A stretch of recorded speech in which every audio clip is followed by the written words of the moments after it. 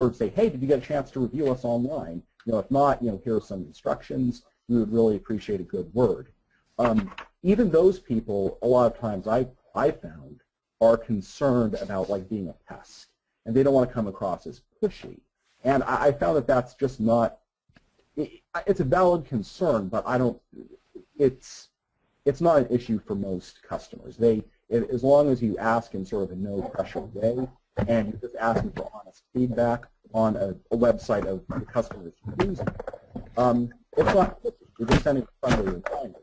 And what I found is that clients who have a way to send a friendly reminder, either by email or snail mail, or using a tool like Get 5 Stars, which Don built, and I highly recommend. Those are the people who really scoop up a lot of reviews over time.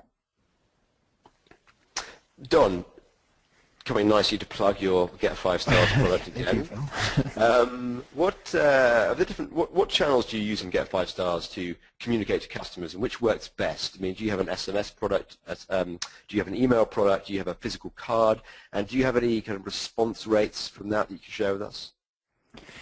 Yeah, so I'm agreeing with Phil that recency is really important, because we have this ability for a business owner to, when they get started, to import all their email addresses and start kind of over time starting to ask for feedback from those people. What we see is that the most recent interactions get the highest amount of feedback. It's like more than double or triple the response rate. So definitely the more, and this is with email I'm talking about, but so definitely like right after the visit or right after the interaction is the very best time to do it. And even though, like you said, the problem is that some business owners are a little uncomfortable about asking for that.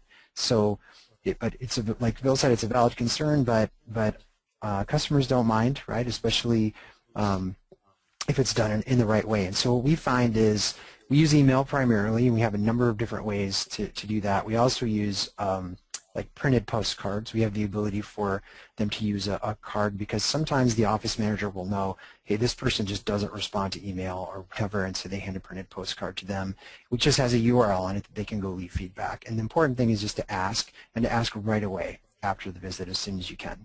And so what we find is that the businesses that automate that as part of their workflow. So either the email goes out the same day, or they hand them a postcard, or it's integrated with like their point of sale system, then that's the very best way for the feedback response rates to go a lot higher.